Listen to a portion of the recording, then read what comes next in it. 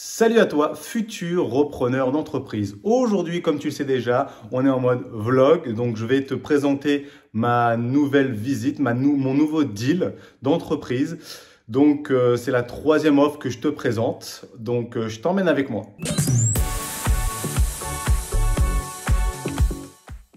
Alors, comme tu le sais, donc là, je ne prépare rien. Vraiment, là, je t'explique un peu comment ça va se passer. Donc maintenant, dans ce format-là, je t'emmène avec moi pour te présenter un peu les deals. Donc avant d'y aller, après et si je fais une offre. Comme ça, vraiment, tu vois vraiment tout ce qui se passe, quoi. Donc avant toute chose, je vais te poser un peu le décor. Donc déjà, cette entreprise, donc j'ai déjà eu au téléphone le gérant. Ok, donc la semaine passée, j'ai déjà pu échanger avec lui. Il a déjà pu m'envoyer tous les bilans d'entreprise. J'ai pu faire un audit rapide de sa structure, donc je vais te présenter. Et voilà, donc maintenant, j'ai pris rendez-vous avec lui. Je vais aller le voir physiquement. Je ne l'ai pas encore vu. Je vais aller le rencontrer. Et comme ça, je vais avoir un peu plus d'informations. Et je ne vais pas encore faire l'offre. Je la ferai la fois d'après. Mais déjà, donc, je vais te présenter rapidement cette entreprise. Donc, cette entreprise, elle a un peu plus de 20 ans. C'est un bureau d'études. Il y a moins de 10 salariés. Il faut savoir que la clientèle, ce sont surtout c'est exclusivement du public. Donc là, on a un gros marché à développer dans le privé. Donc ça, c'est très bien pour la perspective de croissance. Donc ça, c'est pour, voilà, je t'ai posé le décor sur l'entreprise. Maintenant, au niveau du chiffre d'affaires, donc c'est une entreprise qui fait à peu près 1,3 million, 1,4 million. Ça reste constant sur les 20 années, hein, ça a toujours été à peu près ça. Donc le dirigeant veut partir en retraite. Super. Et voilà. Donc maintenant, le bilan, si tu veux, la marge nette elle a été négative. C'est-à-dire qu'aujourd'hui, cette année-là, elle a été déficitaire, c'est-à-dire moins 15 000 euros de bénéfices. Ok, si tu vois ça, tu dis, ouais, bah, c'est pas terrible. Mais en réalité, quand on fait le BE retraité, donc je ne sais pas si c'est ce que c'est, on est à plus de 250 000 euros de bénéfices finalement. Donc le BE, qu'est-ce que c'est? C'est l'excédent brut d'exploitation.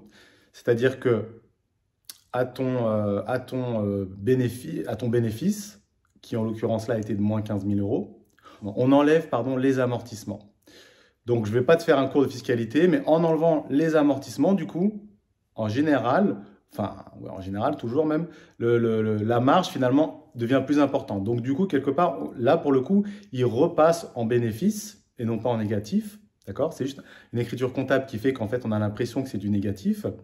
Et quand on dit EBE retraité, c'est que on retraite notamment le salaire du dirigeant. Imaginons que le dirigeant se verse 30 000 euros de salaire par mois. Ok, c'est pas un salaire logique, on va dire, d'un chef d'entreprise.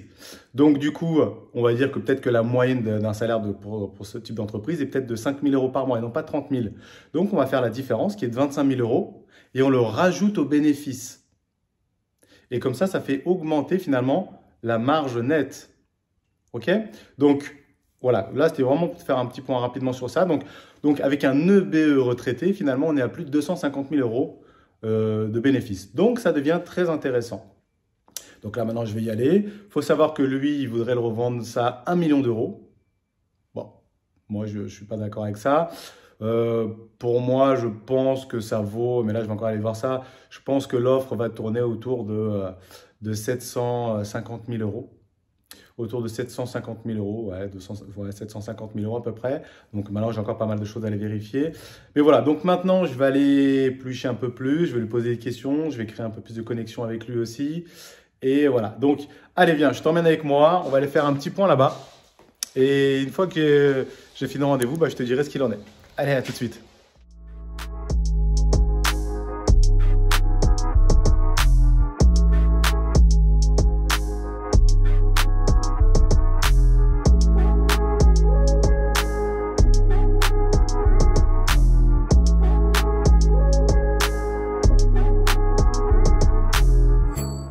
Ça y est, je suis arrivé, je suis sur place, donc là il est à peu près 11h30. Je te dirai combien de temps a pris le rendez-vous. D'accord. Allez, à tout de suite. Ça y est. Alors, comme je te l'ai dit, ça y est, là, c'est terminé. Je viens de finir l'entretien. Alors là, il est 13 h. Il est à peu près 11h30. Ça a duré 1h30. Ça va, ça n'a pas été très long. Très belle rencontre. Un chef d'entreprise qui était vraiment top, super, franchement, avec une belle entreprise familiale. Franchement, voilà, moi j'ai vraiment apprécié, j'ai bien compris, j'ai mieux compris vraiment son métier, son domaine. J'ai pu rencontrer, voilà, j'ai pu voir ses locaux, j'ai pu voir que c'était intéressant. Maintenant, je vais rentrer et je vais poser un peu tout ça pour voir si je lui fais une offre ou pas. Alors, je te referai une vidéo avant d'aller faire l'offre pour te dire ce qu'il en est. Et tu verras après, je te dirai derrière ça, la réponse à mon offre. Voilà, allez, à tout de suite. Salut. Alors, ça y est, donc là, je vais faire l'offre aujourd'hui. Donc, j'ai posé un peu les chiffres. Attends, je prends avec l'autre main. Je vais te donner un petit peu, donc, comment j'ai chiffré un peu tout ça et ce que je vais faire comme offre. Alors, comme je te l'avais dit, le BE retraité, donc le BE, l'excédent brut d'exploitation, était 250 000 €. Finalement, moi, j'ai pu finalement descendre cette BE retraité à peu près à 200 000 €. J'ai fait ça juste pour pouvoir mieux négocier. Donc, en clair, en ayant retraité le BE et vu qu'il est à peu près à 200 000 €, je lui propose x4 quand même son EBE. C'est-à-dire que le montant je vais lui proposer x4, donc c'est-à-dire 800 000 €. Donc sur ces 800 000 €, je vais structurer le deal de la façon suivante. C'est ce que je vais lui proposer. 10% à l'achat. Donc sur 800 000 €, il aura 80 000 € cash dès le début. D'accord? Avec l'argent de l'entreprise. Ce n'est pas moi qui vais sortir de ma poche. C'est l'argent de l'entreprise. D'accord? Parce que je rachète les parts de son entreprise. Il y a la trésorerie dans l'entreprise. Et une fois que je fais le deal avec lui, 80 000 € sortiront de l'entreprise. Ensuite, 470 000 € de ces 800 000 €, d'accord, seront payés en crédit vendeur sur 5 ans. Et ensuite, il y aura un earn-out, donc pour les 250 000 € restants. Un earn-out, donc c'est-à-dire qu'il sera payé plus tard, donc au bout de 2 ans, d'accord, si le chiffre d'affaires est toujours OK. C'est avec un deal, je vais mettre une condition qu'il faut que le chiffre d'affaires soit toujours à peu près identique au minimum. On ne doit même pas de faire une croissance, vraiment qu'il soit au moins identique. Ça me permet aussi, parce que lui aussi va devoir rester dans la structure pendant tout ce temps-là. Vu qu'il y a des habilitations et tout, malheureusement, il faut qu'il reste longtemps dans l'entreprise, le patron.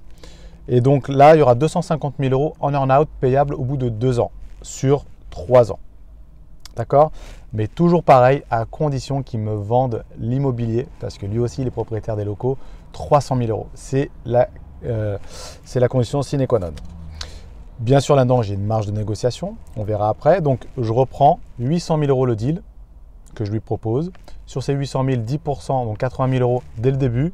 Ensuite, 470 000 € qui sera payable tout de suite, mais sur 5 ans, en crédit vendeur, donc directement avec lui. Et ensuite, un earn-out, c'est-à-dire qu'il sera payé plus tard, c'est une garantie, de 250 000 €. Donc ces 250 000 € restants seront encore en crédit vendeur, mais à partir de 12 mois et de 24 mois, pardon, et sur 3 ans. Voilà. Et lui sera censé rester au moins 2 ans dans la structure parce qu'il a des habilitations. Il faut que la personne qui va reprendre le flambeau passe ses habilitations et elles sont très longues. Voilà. Vraiment, il y a de la sécurité, voilà, c'est du pilotage de chantier, tout ça, c'est vraiment assez complexe. Et donc voilà. Donc maintenant, je ne sais pas si ça va être accepté ou pas. Moi, c'est ce que je vais lui proposer. Et ensuite, ce sera à lui de négocier avec moi ce qu'il veut de mieux que ce que je vais lui proposer. Allez, on y va et on verra ce qui se passe. Allez, ça y est. Écoutez, je me remets au même endroit. Ça y est, je viens de sortir. Écoutez, ça s'est super bien passé. Très, très bien. C'est un gars vraiment sympa. On s'entend très, très bien. Et tout ce que je lui ai proposé, il m'a rien dit. Il m'a dit ok, écoute, super ton offre, on va voir maintenant. Il m'a dit qu'il allait prendre à peu près 15 jours, 3 semaines là, avant de me répondre. Mais que voilà, sur le papier, c'était pas trop mal. Donc je suppose qu'il va essayer maintenant de gratter quelque chose certainement, mais là je lui ai proposé les crédits vendeurs qui vendent aussi l'immobilier au prix que je lui ai demandé. Enfin voilà, donc avec l'earn-out, toutes ces choses-là, donc maintenant il n'y a plus qu'à attendre et dès que j'ai la réponse, eh ben, derrière la vidéo tu vas avoir la réponse de toute façon. Voilà, donc ça y est, j'ai eu le retour du vendeur. Donc aujourd'hui, tu vois, là je suis dans un de mes chantiers, là j'ai voulu faire la petite vidéo là maintenant. Donc là c'est sur un immeuble de rapport, là où il y a 5 appartements qui sont finalisés. Là, il reste que 2-3 petites bricoles à finaliser. Et du coup, je voulais en profiter donc pour te dire un peu le retour du vendeur. Alors, tu te rappelles, je t'ai dit que tout s'était super bien passé. J'étais passé en direct avec le vendeur. J'avais fait mon offre. Voilà, donc elle était acceptée, elle était géniale, en tout cas selon moi. J'étais vraiment persuadé qu'il y allait avoir, que ça allait être validé ou alors une petite négociation, mais il y a eu un rebondissement de situation, c'est-à-dire que j'ai eu un mail de sa part comme quoi ma proposition n'est pas suffisamment bonne. Voilà, il ne donne pas suite. J'ai été quand même très étonné, déjà d'une part qu'il ne m'appelle pas pour me le dire. Donc je me suis permis de l'appeler, on s'est eu au téléphone et le ton a changé en fait. J'ai trouvé ça très bizarre et il m'a concrètement dit que ça ne l'intéressait pas. Ok, mais je fais ok, mais pourquoi? Et il était en fait, c'était la connexion qu'on avait eue pendant ce repas, elle n'y était plus en fait. Il n'avait presque pas le temps de me parler, je voyais qu'il… Voilà, il voulait couper court et il m'a dit, voilà, et maintenant, si tu veux faire une contre-offre ou quelque chose comme ça, tu vois ça avec mon conseil. Donc, quand on dit nos conseils, ça peut être avocat, comptable, tout ça. Mais lui, en l'occurrence, il parlait de son broker. Donc, je ne t'ai pas parlé de broker parce que dans l'histoire, il n'y avait pas de broker à la base. C'est-à-dire que, je vais te réexpliquer le truc, à la base, lui vend son entreprise via un broker. Donc un broker, c'est comme un agent immobilier. C'est lui qui s'occupe de vendre pour toi, comme un agent immobilier vendrait des appartements pour toi. Donc voilà, donc ça, c'est comme ça que c'était fait. Par contre, moi, je n'ai pas rencontré via des sites spécialisés. Ça a été du bouche à oreille. Donc, je suis passé en direct avec lui. Donc, il n'y avait pas d'histoire de broker dans l'histoire. Donc, c'est pour ça que j'ai pu créer la connexion, comme dans l'immobilier, avec lui. Ça s'est super bien passé. Et en faisant ça, il allait économiser quand même 50-60 000 euros en ne passant pas par le broker. Donc, c'était super, voilà. Le problème qui s'est passé, c'est qu'en l'espace de 3 semaines avant qu'il me donne son retour, en fait, il a préféré quand même en parler à son broker alors qu'il n'était pas dans l'histoire. En faisant ça, c'est-à-dire que s'il passe par la vente, c'est-à-dire qu'il va lui donner 60 000 euros. Pourquoi en fait? Pour pas grand-chose. Bref, j'ai trouvé ça complètement stupide. Mais quand, à ce moment-là, donc au téléphone, il me dit maintenant, pour le reste, pour renégocier, vous voyez directement entre guillemets avec le broker. J'ai compris. Et c'est là le problème, en fait, là, c'est ce que je voulais expliquer, c'est que c'est le problème des brokers. C'est pour ça que c'est vraiment bien, comme en immobilier, hein, c'est vraiment bien de passer par des vendeurs en direct. Après, le problème, c'est qu'il faut les trouver. Mais dès qu'il y a un broker, ça fait capoter la vente souvent. Et c'est ce qui vient de se passer. Parce que concrètement, ce que je lui ai proposé, crédit vendeur, tout ça, les brokers, ils n'aiment pas. Ils n'aiment pas les choses que j'ai proposées, ils n'aiment pas. Et surtout, comme c'est comme des agents immobiliers, ils ont estimé à un prix l'entreprise. Donc du coup, ils pensent qu'ils ont raison et ils se trompent complètement. Voilà. Et en fait, c'est pour ça que, je sais pas, je dirais 80% peut-être même plus, 80% des entreprises qui sont sur les sites comme Fusac et tout ne se vendent pas. Uniquement à cause des brokers. Parce qu'ils mettent dans la tête du vendeur que c'est tant qu'on peut avoir tant et du coup, ils n'arrivent jamais à les vendre. Et dès qu'il y a quelqu'un de sérieux qui veut me proposer quelque chose un peu différent avec du crédit vendeur ou une façon de structurer le deal, ils sont là pour tout casser en fait. Donc voilà, donc vraiment dommage. Là, j'ai loupé le deal. Voilà. Et c'est le broker qui a tout fait sauter. Parce que je suis quasiment sûr et certain qu'on aurait trouvé un terrain d'entente si j'étais resté uniquement avec lui. La connexion avait été complètement faite, mais là, en fait, le broker lui a certainement mis dans la tête, entre guillemets, oublie, c'est vraiment pas du tout, ça vaut pas du tout le coup. Enfin voilà. Donc, il lui a retourné le cerveau et du coup, plus de connexion. C'était terminé entre le vendeur et moi. Et donc voilà. Donc vraiment, voilà, c'est vraiment très dommage. Je vous dirais que les brokers, allez, encore une fois, c'est vrai que, attention, là souvent je vous parle de crédit vendeur, mais c'est aussi bien de faire des crédits bancaires, hein, attention. Hein. Par contre, tu fais des crédits bancaires, c'est sans être caution. D'accord? Donc ça, c'est encore autre chose.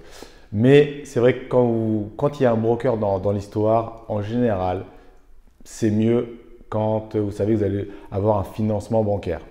Sans être caution, bien sûr. Donc c'est toujours quand même intéressant. Mais voilà. Donc ça n'a pas été jusqu'au bout et il n'y a même pas, c'est-à-dire que là, j'ai même pas moi appelé le broker, parce qu'il m'a dit d'appeler le broker pour faire une contre-offre ou voilà, enfin, franchement, je me suis arrêté là. J'ai pas été plus loin, c'est dommage, mais bon, c'est comme ça, on ne gagne pas tous les coups, il y en aura d'autres, j'ai pas le couteau sous la gorge, si ça passe pas, il y en aura d'autres qui passeront. Donc voilà pour la reprise d'entreprise.